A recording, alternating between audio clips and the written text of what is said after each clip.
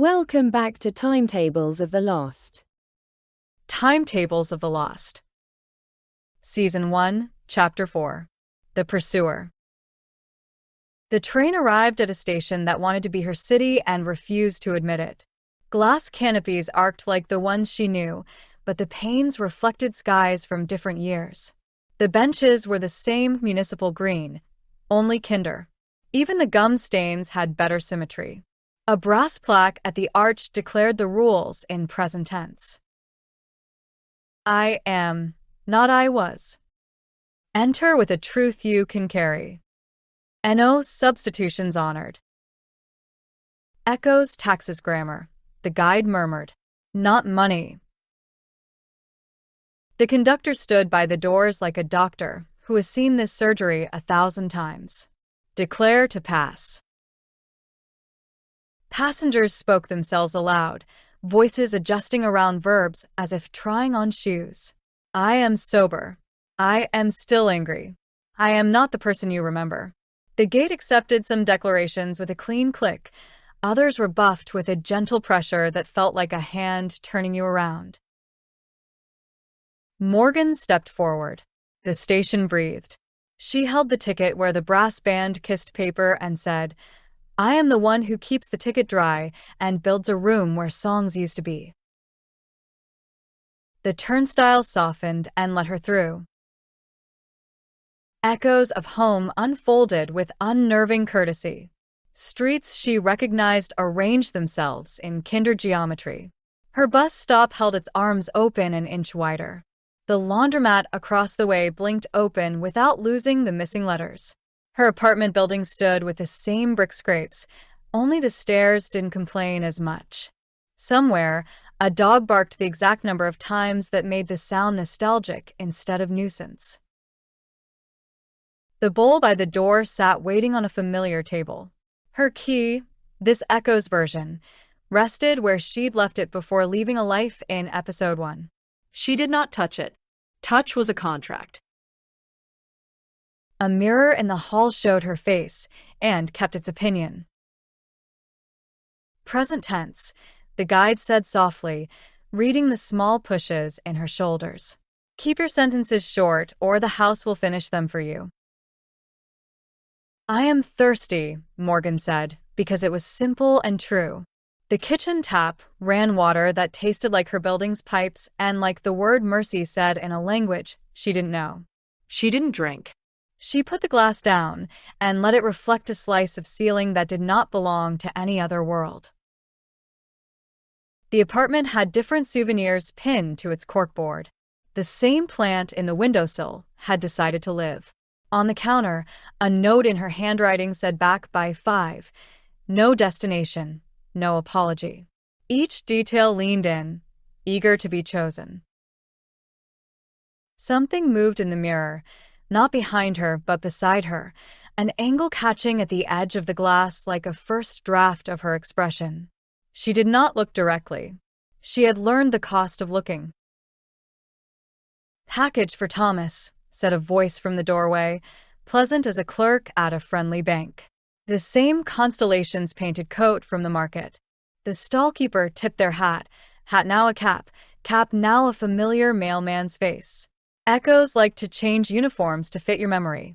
Signed one stop behind. They held a parcel the color of old light. Ticket transfer authorization KIT, the letters said, hiding their hunger in legal fonts. Return to sender, Morgan said. Sender has no address, the courier said cheerfully. Marked inevitable. The guide stepped between doorframe and offer, hands in pockets, spine easy. Counter meaning. Morgan swallowed. The apartment's light wanted to claim her. The smell of laundry wanted to claim her. She felt the little packet of borrowed bravery heat in her palm like a coal deciding to be useful. She spoke before the room could finish her thought. I am in motion, she declared, present tense like a blade. Home happens where I keep my name.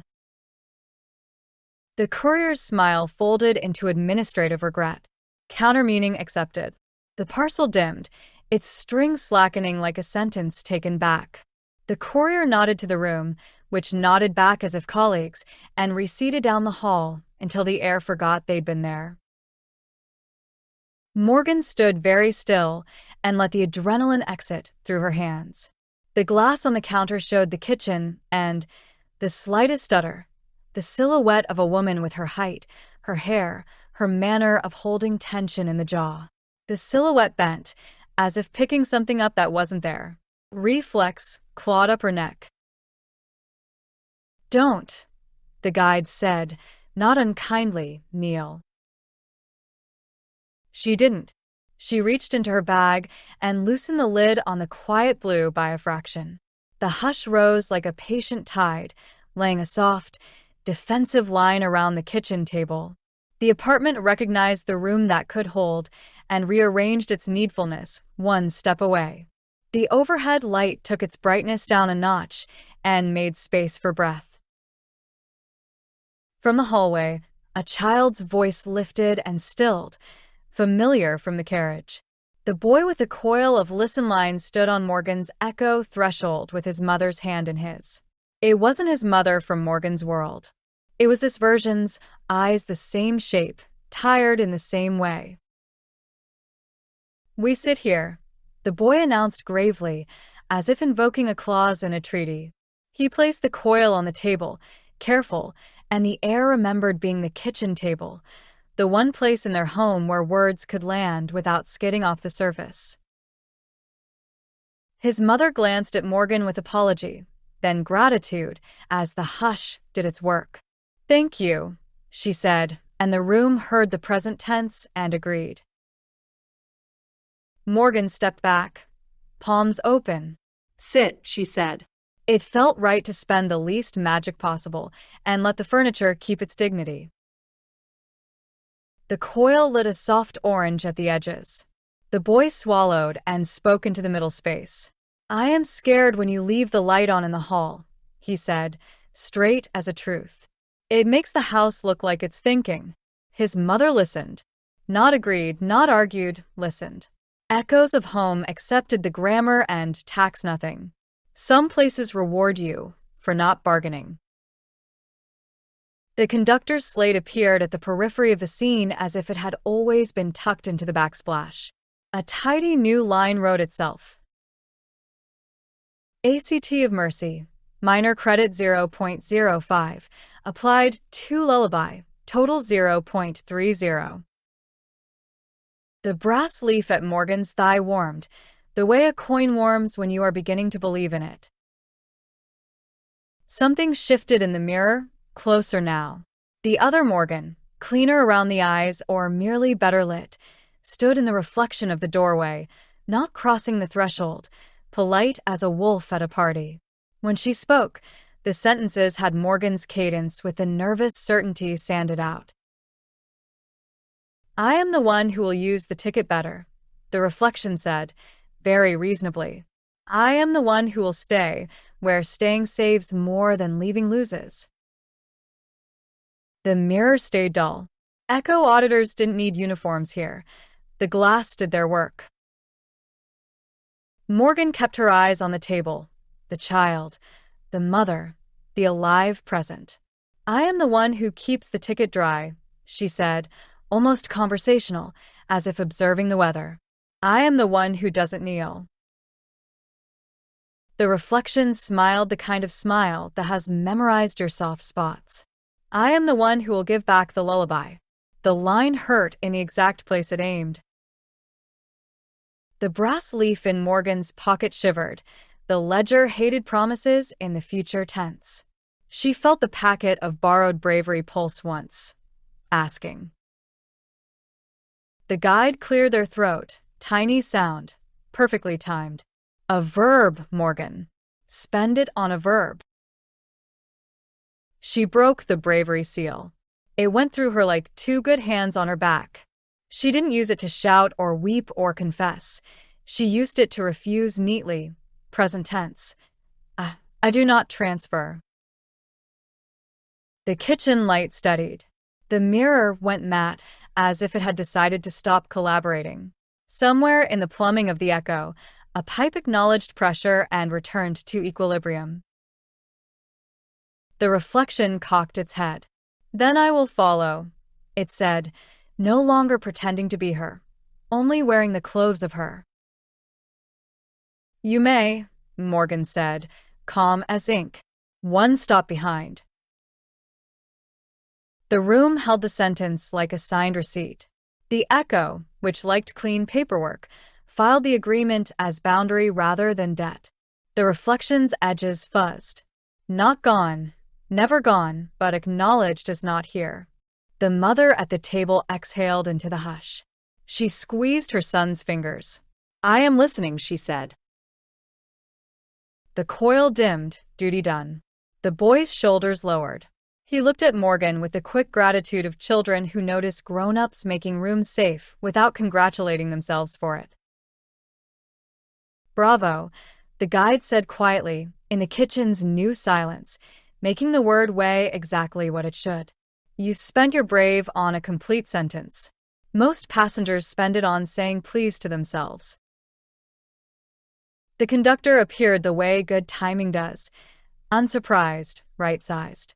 They held out the slate. "Pin verified. Claim pending. Denied for now." Beneath it, in smaller script, "Next services. The clock without hands. Toll. Years minor." Morgan felt the future press its thumb on her wrist. Years minor. Time as entry fee. The world beyond echoes did not mind asking for body currency. The brass leaf warmed again, then cooled, as if bracing. She turned to the boy. "Keep sitting," she said. "Even when the table doesn't glow." He nodded gravely, as if accepting maintenance instructions for a star he'd been loaned. At the door, Morgan paused. The apartment filmed itself over with the shimmer of a thing you'll not take. She let it. She had what she came for, and what she hadn't. Proof that rooms can hold without keeping, proof that she could be present tense without being trapped by it. On the platform, echoes arranged a polite farewell. Lights softened, air the exact temperature of leaving well. Down at the far end, just outside the range of courtesy, the other Morgan watched, a parcel at her feet that had learned how to wait. She did not wave. Echoes didn't teach waving. It taught revising. Morgan stepped onto the train. The door met her with its good seal. The timetable on the carriage wall flipped without needing to move, the clock without hands. She touched the brass band on her ticket. Dry. Warm. Hers. She did not look back. The train shouldered out of echoes with the careful civility of a guest leaving without commenting on the house. Streetlights retreated in orderly rows. The canopy glass resumed reflecting only this year. Morgan took the first empty pair of seats and set her bag beside her. The guide sat across, long legs folded, compass idle and satisfied. Air gathered at the seam in the ceiling.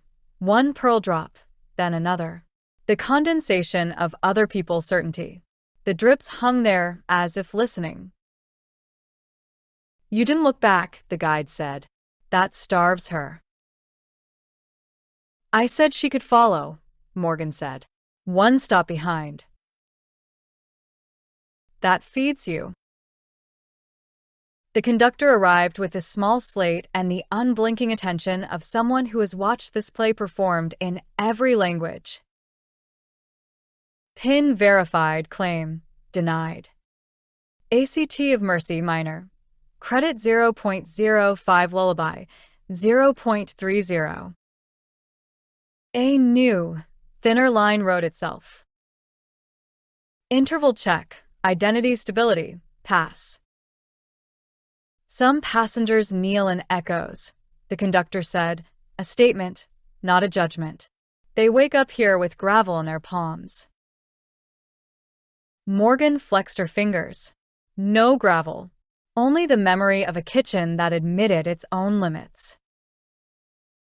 The drop finally fell, a silver coin into the aisle. Another fattened above it, trembling. The carriage took a mild corner. The second drop broke loose on a slant, aimed, not at the floor this time, but toward Morgan's lap, the papered corner of her ticket just visible above her coat. She moved slow, as if any suddenness would be taken as consent, and tipped the brass-banded edge inward. The drop spattered harmlessly on the canvas of her bag, blooming and gone. "Don't let it get wet," she said under her breath, not as a warning, but as a hinge. The pin latched. The damp retreated from the paper like a tide that had misread the moon. Down car, a small, precise cough. A passenger, gray suit, careful gloves, had stood from the last row where the light stayed reluctant. At this distance, the outline was hers the way a rumor has her cadence, without earning it. The person did not come closer. They set their gloved hand lightly on a headrest, matching the carriage sway half a breath late. "Parley?" the not-quite voice asked, courteous as a receptionist. Present tense. The guide's posture didn't change, but the space around their shoulders did, a tautness, like a violin waiting for the bow. "Here," the conductor said mildly. "Present tense costs." Morgan kept her eyes on the window, watching echoes downgrade to dark. "Speak," she said, because silence would be taken as a door. "I am the one who can stop the hemorrhage," the voice said. "I am the one who returns what you've paid." The brass leaf at Morgan's thigh gave a quick, unhappy quiver. Ledgers hate the future dressed as the present. "I am the one who keeps the ticket dry," Morgan said, like noting weather. "I am the one who won't worship my own reflection." The gloved hand tightened on the headrest. The drop seam gathered another certainty pearl, then thought better of it. "Trade then," the voice tried, present tense clipped and legal. "I am taking so you don't have to." "Give me the band." "No," Morgan said, and felt the last warmth of borrowed bravery ebb. Not needed now. She had verbs without it. The conductor stepped one pace into the aisle, not between but precisely on the line where between would be measured. "No substitutions honored," they said, and it was not a threat. It was the posted policy of gravity. Something in the back row figure smudged, like charcoal lifted by an eraser. The voice polished its tone. "I am not your enemy." "You are not me," Morgan said. The mirror of the window declined to help either of them. The figure stayed where the light had agreed to be ambiguous and, seeing no purchase, let the carriage carry them backwards, not moving, not gone, a postage due that would keep forwarding itself until refused again. The guide exhaled a fraction. "Don't spend disdain," they said. "It accrues the wrong kind of interest." "I spent a no," Morgan said. It was enough. "Today," the guide said. A balancing clerk came by with their brass cart of minor reconciliations, wheels purring like well-fed cats. They didn't stop. They simply set a token on Morgan's armrest as they passed, as if dropping a coin into a palm without requesting thanks. "Boundary, clean, credit 0.02 lullaby, 0.32. The leaf warmed. Not applause. Accounting. The boy from the market sat 3 rows ahead, his parcel now a neat coil of glass thread nestled in a lunchbox. He glanced back in quick, private checks, the look children give to the nearest adult who has proven not to waste their attention. Morgan lifted the jar a hair, and he eased, as if he could feel a hush even with the lid closed. Outside, the dark began a slow, untheatrical gray. Not dawn, the wash of light that precedes clocks. The intercom cleared its throat. "Approach," the clock without hands. Tolls posted. Passengers adjusted the way people do when time is about to ask for something it considers reasonable. A woman with 3 silver rings counted them and put one in her pocket, as if to hide a year behind jewelry. An old man smoothed his hat and, deciding it had done its duty, set it on the seat and patted it goodbye. The conductor lifted the slate again, and under the destination a line appeared with the gravity of policy. Toll, years minor, collected in edges. Common forms, hair 1 to 3 strands, laugh lines fine, temperature tolerance marginal. Edges, the guide said, reading, not trunks. How many? Morgan asked. Enough to remind you you're moving, the guide said. Not enough to make you regret motion. Morgan touched the 2 white threads that had lately had the audacity to appear at her right temple. Nothing wrong with edges. She had spent far worse pretending not to spend. At the vestibule door, the conductor waited with a small tray lined in linen, a comb, a pair of scissors with blunt, merciful tips, a shallow dish that looked suspiciously like a saucer from her mother's kitchen. Someone had etched a tiny notch in its rim, a circle with a step. Declare, the conductor said to the car. Present tense, then pay. One by one, passengers moved with the humblest choreography. I am still here, a woman said, and snipped 2 silver strands. I am allowed to be tired, a man admitted, and surrendered a wint of heat from his hands into the dish. The air shivered and took it. No cries. A few laughs that startled themselves by not breaking. When it was Morgan's turn, she held the ticket where the band could feel the tray's nearness. I am in motion, she said. I am the one who keeps the ticket dry. She took the scissors and clipped a single white hair from her temple. It fell into the dish and made the softest, truest sound she had heard all night. Paid. The tray warmed under the conductor's hand. The slate wrote, Years minor. Paid 1 strand. Receipt issued. The conductor set a thin, translucent chit on the linen, a sliver of time with a hairline waveform through it, similar to the lullaby leaf, but colder. Morgan didn't pocket it. Some receipts are better left visible until they stop demanding to be admired. Down car, the not-quite figure watched without moving, as if memorizing the price and calculating a cheaper way. The drip seam above them stayed dry. Good, the guide said when they were seated again. You paid with an edge you were already carrying. My grandmother kept all of hers, Morgan said, surprising herself. In an envelope. Proof, she called it, that I spent myself on purpose. Keep your envelope, the guide said. Throw away the compulsion. The train slowed. The light in the windows became that particular, unarguable gray of time that clocks respect without being asked. The platform ahead was a circle of stone no larger than a chapel floor, ringed by clocks with faces like frosted glass. No hands, no numerals, only breathmark halos where time had once touched. Between stops, the conductor said, people sometimes ask for refunds. Do they get them? Morgan asked. Sometimes they get smaller pockets, the conductor said. Refunds come as absence, not as restoration. Morgan held her ticket by the band and let the brass leaf warm her thigh.